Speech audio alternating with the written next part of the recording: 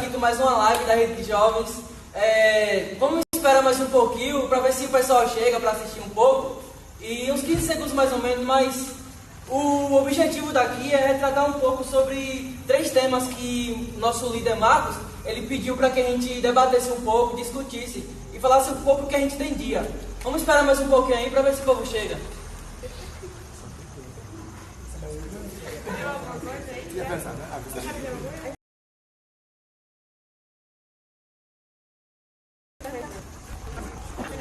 Vamos chegando.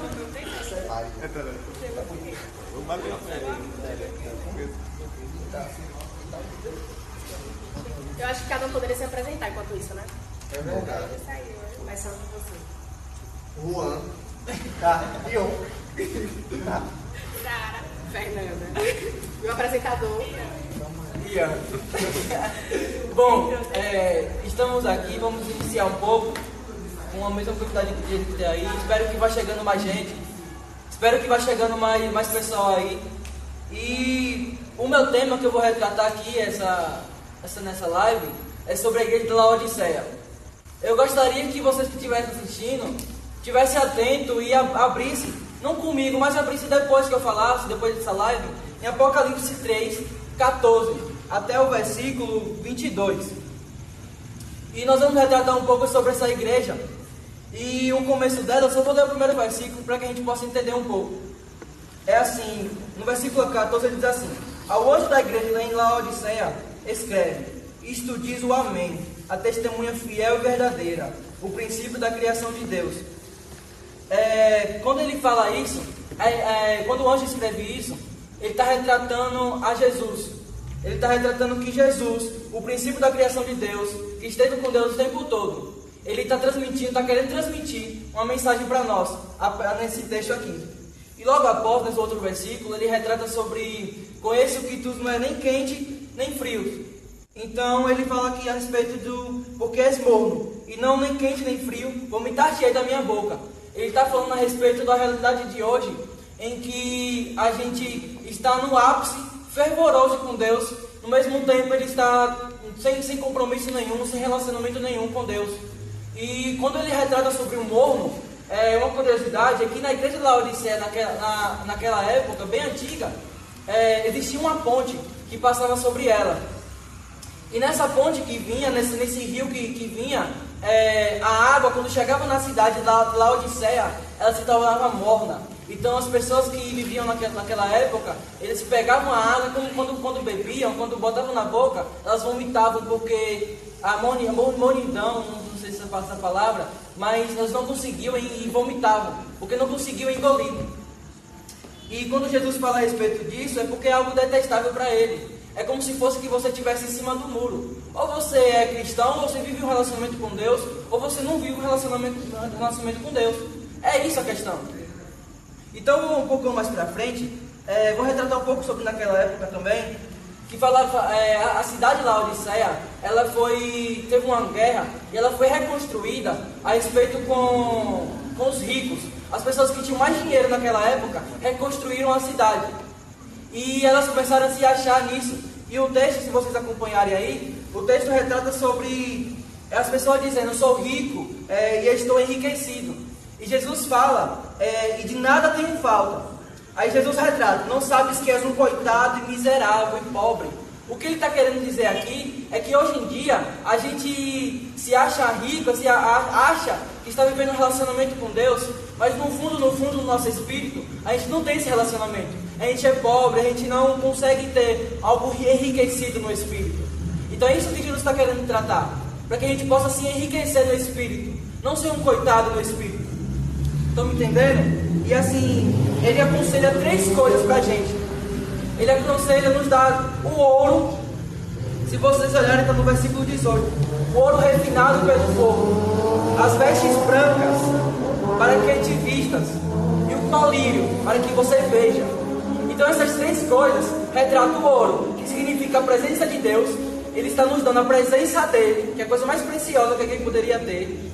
Ele está nos dando as vestes brancas, que é a santidade, representa a santidade de Deus. E o colírio abrindo os nossos olhos espirituais, para que a gente possa ver muito mais além. Talvez você esteja assistindo hoje aí e não esteja conseguindo ver Deus em certo ponto da sua vida. Talvez você não esteja conseguindo ver Deus agindo na sua vida. Mas Ele quer colocar um colírio nos seus olhos, para que você possa ver e ver quem está do seu lado realmente. Se você olhar comigo, no versículo seguinte, ele fala, arrependa-te.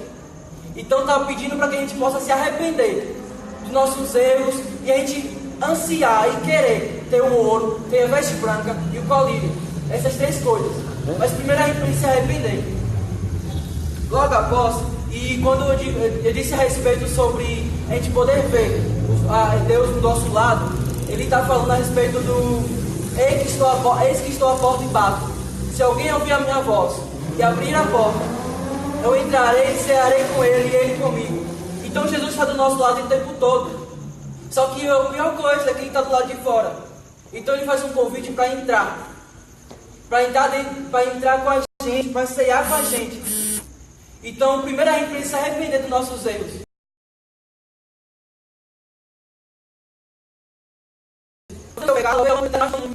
E é para você entrar. E ele dá uma promessa para a gente, que é, se ao que vencer, sentaremos com ele, no trono dele.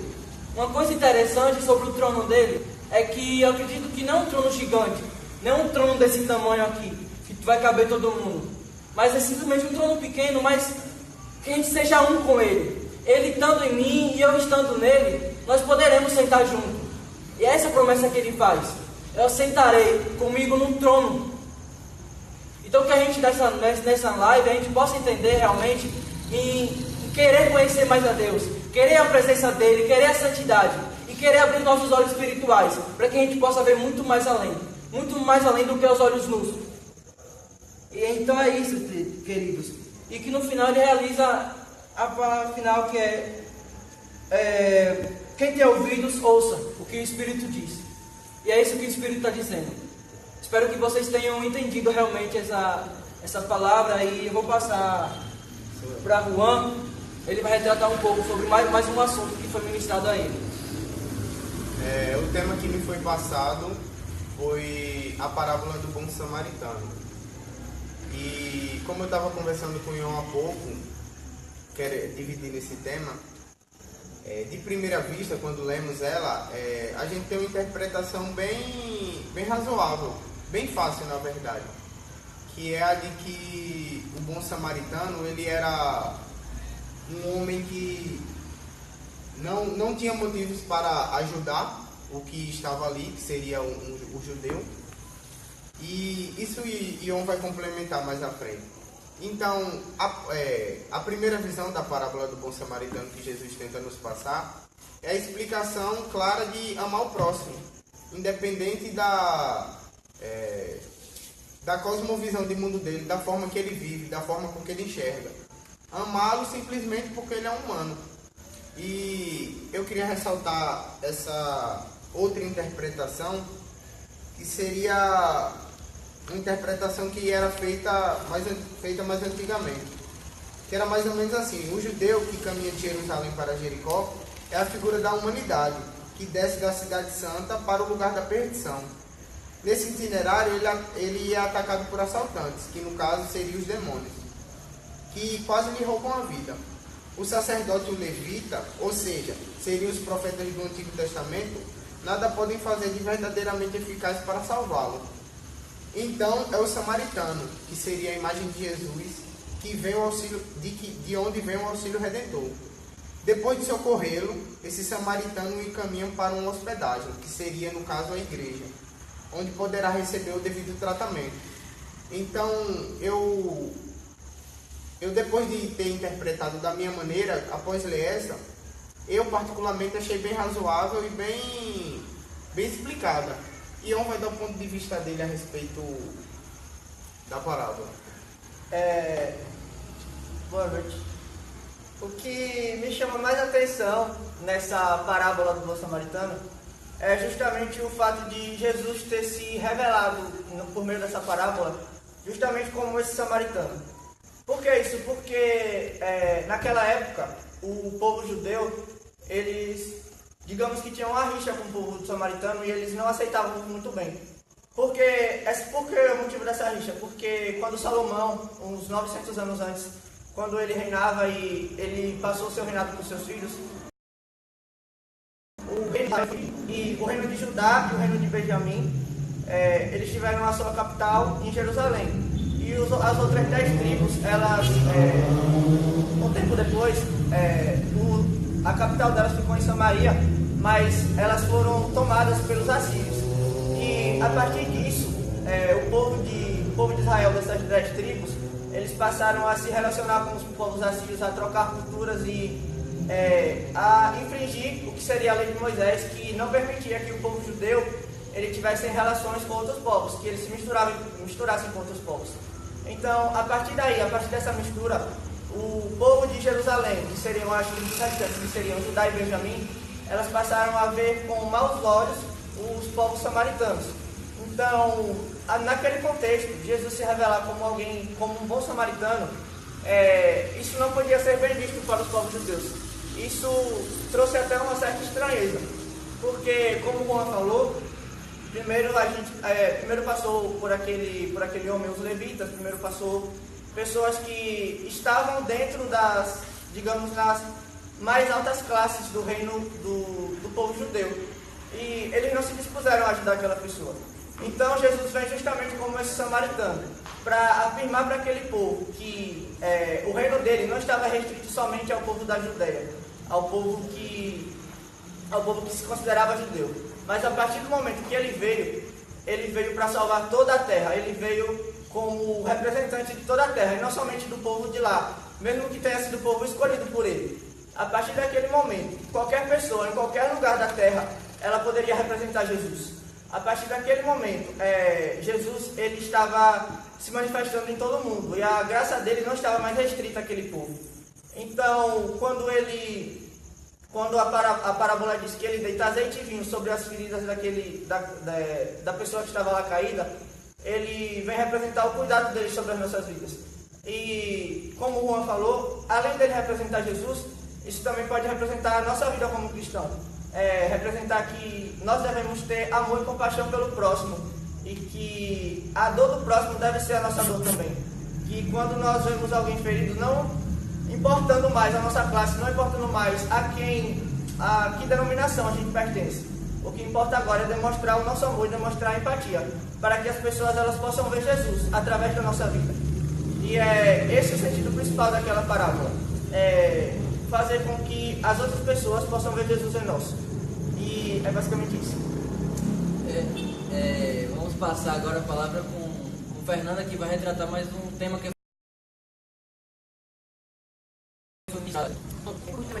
falar sobre Neemias, que foi um homem muito importante, biblicamente falando, e que traz uma lição que fica eterna para a gente. Neemias foi um homem que, apesar de uma vida simples, de ser servo de um rei, ele foi um homem escolhido por Deus para poder ter uma missão muito grande, que era de reconstruir muros, que estavam destruídos em Jerusalém.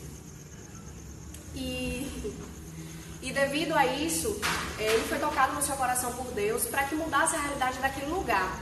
Mas ele era um homem muito simples e muitas vezes ele se questionava, então ele ia orar, ele ia jejuar, ele colocava seu joelho no chão e perguntava para Deus o que ele podia fazer diante daquela situação, porque a sua família estava ali no meio daqueles destroços, no meio daquelas pedras, e ele queria refazer aquele muro, refazer aqueles portões, mas ele achava aquilo uma coisa muito grandiosa e ele se perguntava como. E foi aí que Deus deu essa missão no coração dele, e ele, mesmo sendo um pequeno servo de um rei, ele foi lá, pediu ao seu rei, o seu rei permitiu, e ele foi até lá com alguns poucos homens, e ali começou a sua missão de reconstruir aqueles muros. E muitas vezes, durante aquela construção que era tão imensa para um homem tão pequeno, surgiram pessoas para zombar, para rir dele, e até para planejar contra aquela construção, mas Deus o tempo todo estava com ele, porque aquilo foi uma missão dada por Deus. Não era do homem para o homem, era de Deus para com o homem. E tudo aquilo fluiu de acordo com muita oração, porque era uma missão no seu coração. Então, trazendo para agora, trazendo para esse momento, fica um questionamento na minha mente, foi o que me trouxe até aqui e quero passar para vocês, com relação a O que você tem feito para construir muros que estão no chão? E não se trata de muros físicos, não se trata de tijolos, não se trata de pedras, se trata de muros espirituais na vida das pessoas que estão ao seu redor. Todos aqui falamos sobre uma coisa única com relação a Deus, que é amor. Pode parecer clichê, frase pronta, que Deus é amor, mas não existe outra palavra para poder se traduzir isso. Todos aqui falaram de coisas que se necessitava de uma transmissão de amor de um para com o outro. A construção dos muros lá no tempo de Neemias, que eu convido a todos a ler o livro de Neemias, que é um livro forte, impactante, mas ao mesmo tempo muito doce e amoroso, porque conta a história de um pequeno homem que tinha uma grande missão e ele transmitia amor, mesmo com todo sofrimento, mesmo com toda dificuldade, como todas as histórias aqui contadas pela Bíblia. E a Bíblia ela veio de décadas e décadas e décadas atrás, e mesmo assim ela se perpetua, porque a palavra de Deus ela é eterna e ela se prova aí. Porque da mesma maneira que existiam aqueles muros lá, existem os nossos muros aqui agora, que são de depressão, ansiedades, angústias, pobreza, dificuldade. É o nosso irmão que está do nosso lado, muitas vezes rindo, mas vivendo grandes aflições. O que você tem feito dentro da sua realidade para ajudar essa pessoa? Como você se movimenta em direção a essa pessoa para ajudar a construir muros? Nós aqui somos cristãos, somos privilegiados de conhecer a palavra de Deus e queremos transmitir para você que você também conheça, para que você também conheça a verdade e se liberte através dela. Se libertar, porque muita gente pensa que a gente está aprisionado aqui. Muita gente pensa que a gente está aqui dentro, a gente está preso, a gente está mais que livre. A gente está tão livre que a gente está fazendo uma live para contar para você como Deus nos tocou através dessas palavras que a gente leu na Bíblia, a gente está transmitindo para você. A palavra de Neemias ela é forte, ela vive até hoje, porque Neemias quis reconstruir, quis reformar, nós também queremos reconstruir. Nós não queremos que a palavra de Deus se acabe em nós queremos transmitir, queremos impactar, queremos que você conheça, que você transmita, que você reconstrua muros espirituais na vida de outra pessoa, que você tenha sensibilidade, que você tenha amor, que você tenha empatia pelo outro. E isso vai além de uma religião, como a parábola do bom samaritano, vai além da sua questão política, da sua questão social, geográfica, vai além de uma questão de estrutura, de tamanho, de largura. Isso toca a todos, isso não é algo exclusivo meu nem de cada um de nós. Ao contrário, é algo que engloba todo mundo, porque o amor ele deve ser algo a ser transmitido o tempo todo. E a minha preocupação com relação ao tema que eu trago aqui é lançar essa questão. Como você tem reconstruído muros de pessoas que estão à sua volta, independente da sua religião? Porque se você crê em Deus, se você crê em um Deus vivo, se você crê que Jesus morreu na cruz por nós, que Ele ressuscitou, você tem sim o papel de reconstruir muros espirituais na vida de outras pessoas. Então eu quero dizer para você que seja como Neemias, que mesmo que você se sinta pequeno, mas que Deus vai te dar uma grande missão e que se Ele te deu, todas as pessoas que estão à sua volta vão colaborar, mesmo aquelas pessoas que tentam te atrapalhar. E quero lançar esse questionamento. Acho que todos aqui já falaram, né? É isso aí, pessoal. E assim, um resumão básico, e porque isso veio em mente quando o Fernando estava falando. Porque enquanto a gente estava se reunindo para fazer essa live, a gente nem organizou direito as falas e direito a respeito sobre a ordem de cada um falar. E o que eu achei interessante é que foi totalmente em ordem. Porque para a gente fazer isso tudo que foi falado aqui, a gente precisa, como eu falei, ter a presença de Deus, a santidade, abrir nossos olhos. Com isso a gente pode ajudar o próximo. E com isso a gente pode ver, ajudar, levantar os muros ao nosso redor de outras pessoas. Entende? Então tudo aqui tem uma coligação, e quando a gente está conectado com Deus, as coisas fluem naturalmente. E que essa live possa ter tocado o seu coração, que você possa ter entendido o que realmente Deus quis falar a você. Você sabe o que Deus ministrou no seu coração. E você sabe o que você precisa mudar. Então é isso, pessoal, e Deus abençoe e até lá.